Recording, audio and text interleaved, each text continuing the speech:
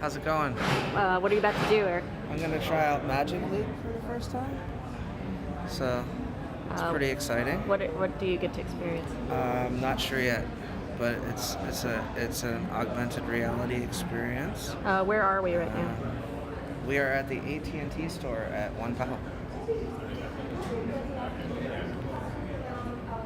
And what's that? What's that over there? Yeah. That's a big box of magic and death.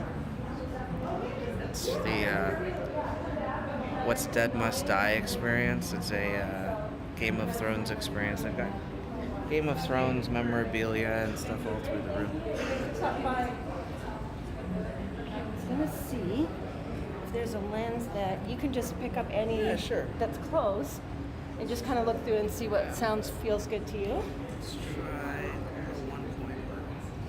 Should be close. Yeah, we can pick them up by those little edges, fin things. So which way's out? This way? No, this way's in with the fins. Gotcha. Okay. Try the 0.5 straight. Too terrible. So we work with another optometrist company that actually makes prescription lenses. Nice. And the reason that this is so important for Magic Leap is that some devices allow you to use your glasses, but you don't get the optimal fit. Not only the optimal fit, but the optimal optics. Right, because it's the glare off of the light. Yeah, exactly. The light field that works with the Magic Leap. What? Yeah. Oh, great. The light field that works with the Magic Leap device is, it works with your pupils and your brain. Right. It doesn't necessarily work with another lens in between. Yeah, it doesn't work when you have sense. another lens in between. So, right. Changing that out. Yeah, it's pretty easy. It's just magnetized. So this is just an empty, and then we get your prescription in there, and then you can do that. So let me see if we can go over that. Let's see if I can. And our prescriptions are pretty similar. Yeah. It's just initiating my head. You want to describe that, Eric? That's a computer. Yeah. And that's a Essentially. controller. There you are. So I've got you here on Launcher. So Launcher is kind of like our, I don't know if you're familiar with this, but you can put this, You can clip it. do you see how it doesn't really open, but it slips in your pocket there? Awesome. And then what we like to do is you like to open it here. I'd like you to fit it on your nose and then about a thumb length above your ears. So if you should be able to fit a whole thumb in there, about 15 degrees.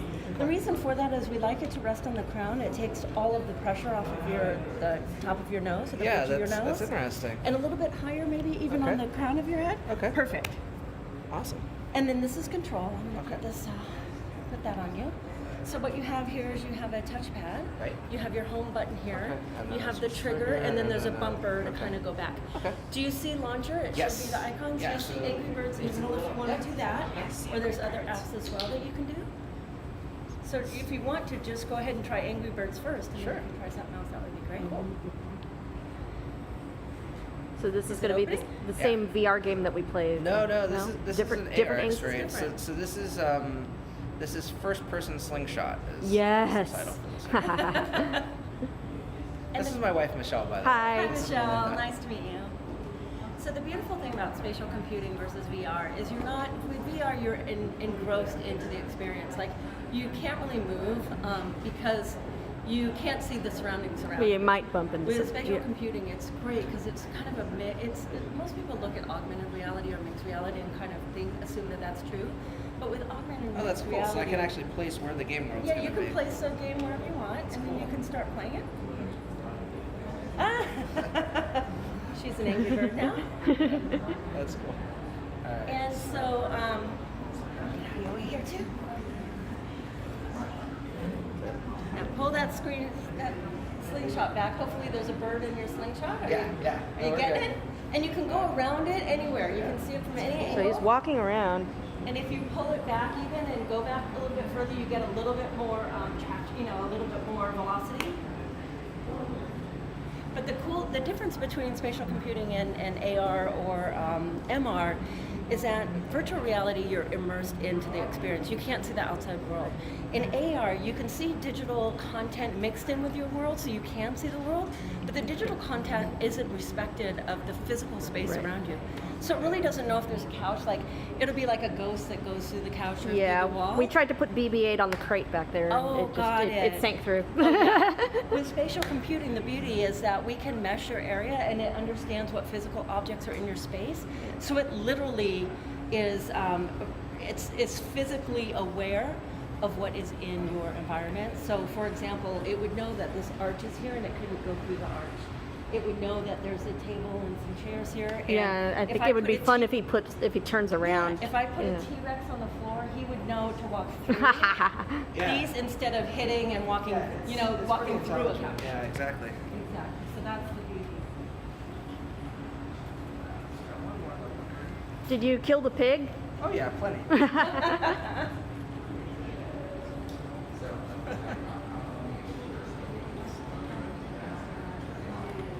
So is there audio or? Yes, yeah, it's firing downward. So it's similar to,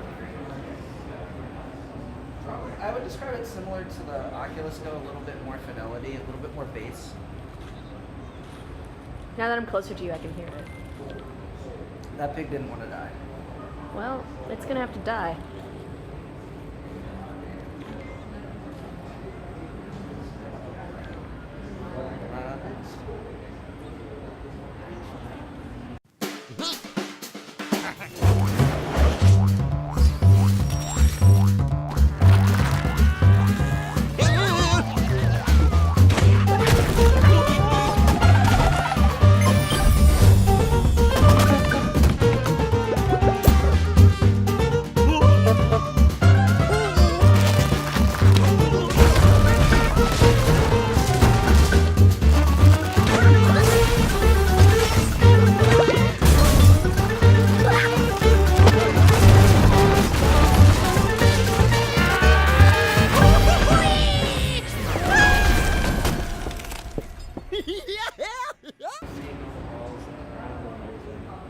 So what is this?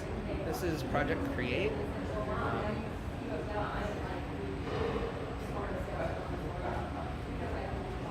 And right now what I'm doing is setting up my play space. So it's having me gaze in certain spots. Ah, okay. So that they can tell where I'm at in the world. All the way back.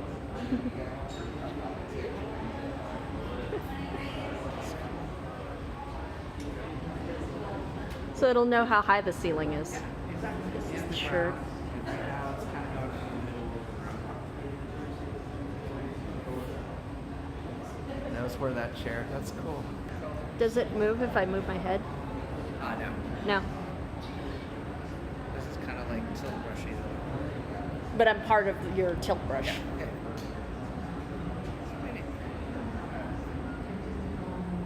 And now I can actually move the objects around, so I just put a No, thingy on your head. on my head. He looks very You can happy. actually release the brush. It's pretty cool. Any soundtrack? Can you pipe in music for your? There is on- a sound on here. Oops. Right, and there we go. All right. Cool. Cool.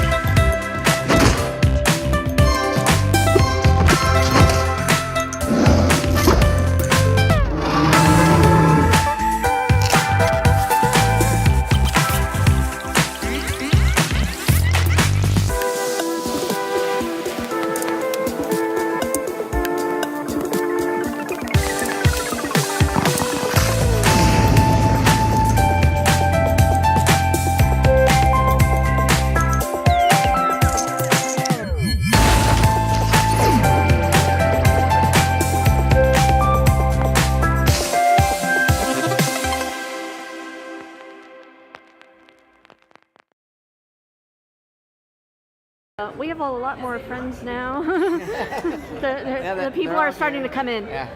Okay, so you got another game in Yeah, there. so the games I played earlier, I played Angry Birds First Person Slingshot, which is Angry Birds.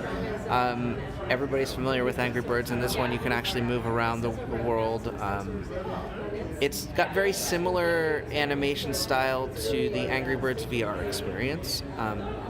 But it's kind of like a hologram projected in front of you, which is really what a lot of these Magic Leap experiences are. Second, I played Project Create, which is kind of like Tilt Brush with stickers. So there were hat stickers and things that you could place in the world, but there was also like paint brushes where you could paint, and that's what I spent most of the time doing. What I really liked was you could paint something and then you could move it around. You could release the brush from your controller and actually just move and place objects. So you can make a small, intricate object and then put it on top of something bigger or something of that nature, which is really cool. And then the last thing I played was I think it's Gordbort's Invaders, which was made by Weta Workshop. And what I really liked about that one is the room scanning and placement actually has you moving around and touching buttons all over the place. So when I did the same type of room scanning with Project Create, you kind of just gaze at certain spots and you could stand in one place, and it just wasn't really the same feeling as moving around this really big room here at the AT&T store. So being able to do this kind of in this world, but also in the AT&T store was really cool. You get a laser gun, and it's kind of a steampunkish setting, and this little robot hands it to you, and then these other like flying robots start coming out of these portals in the walls. So you get an indicator from sound first, and then like a little visual thread that passes in front of your eyes to turn in certain directions. But the spatial audio was really good, so I was already kind of turning every time that it was asking me to turn. And then you just aim and shoot at the little robots, and then it opens up this whole world where you can do different missions and different levels.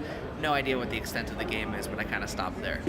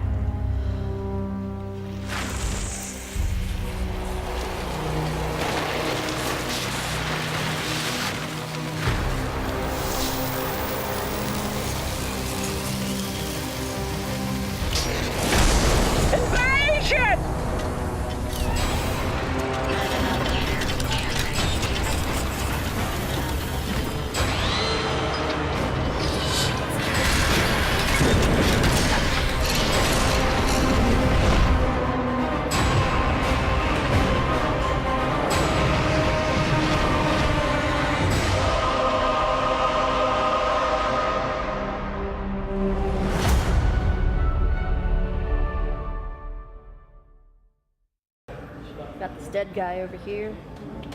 Some mood firewood.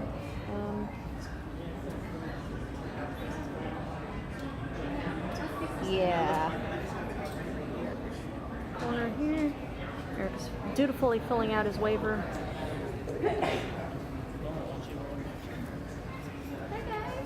How are you? Good, how are you? I have signed the waiver. You can see my name. It's official. All right.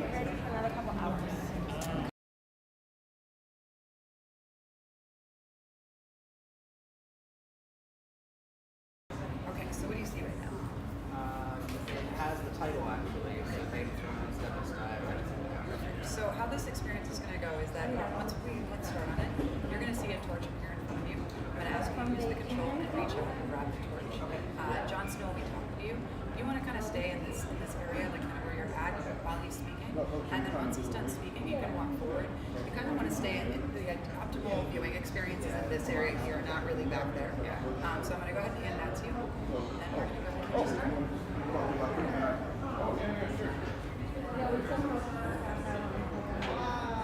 Okay, yeah, so we're going to set up a station. So normally we do this for you. So basically what we do is did you see the whole thing? Yeah, sorry. Sorry to say, it's one of the other. So what we want to do is that is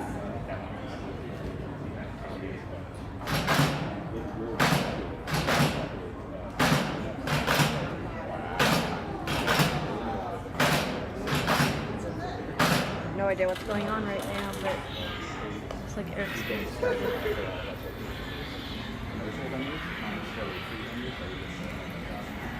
Everyone else is filming too, even though we can't see anything.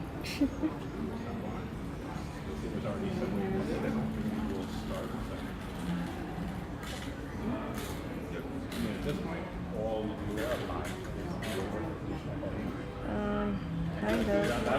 That's where the stream starts. Yeah, so this is where the only cache here is because of between us. We just want to make sure we don't send these emails. You should see a dagger So here, right over here. So you want to go all the way up to it and grab that dagger. preferably not more things you can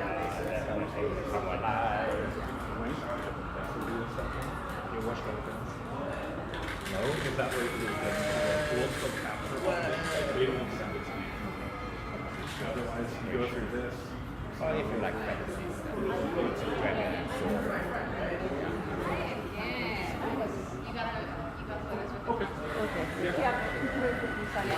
Waiver thing.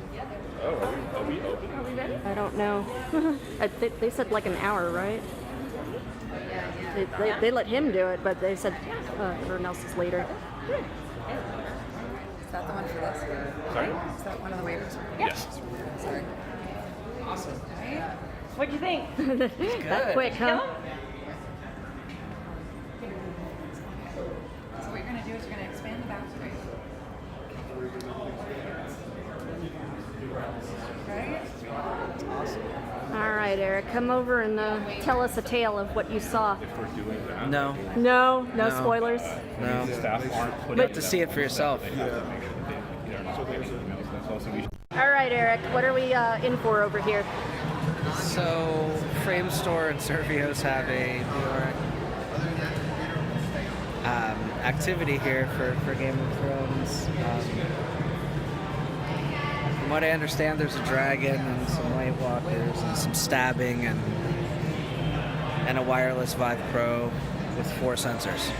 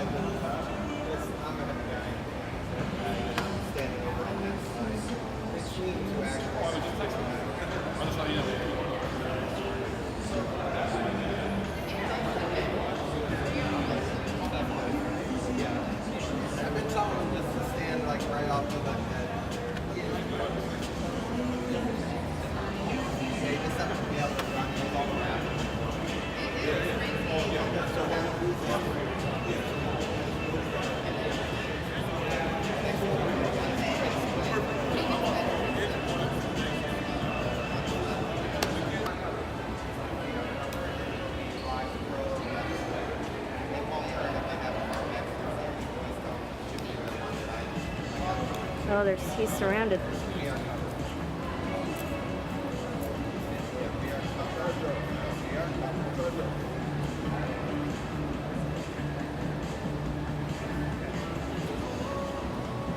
There's a lot of them.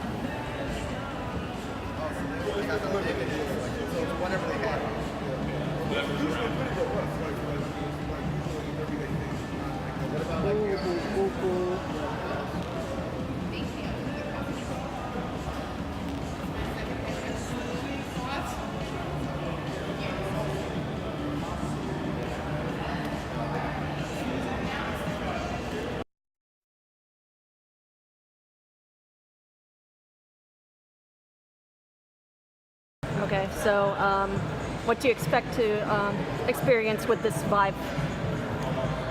This particular Vive, Yeah. I expect to experience a small amount of heat right around here because I'm bald, and fairly comfortable headset because it's a Vive Pro. I want to point out Daenerys's outfit in the background over there. That's probably not in the experience I'm about to play. It's very furry and looks really cool. So yeah.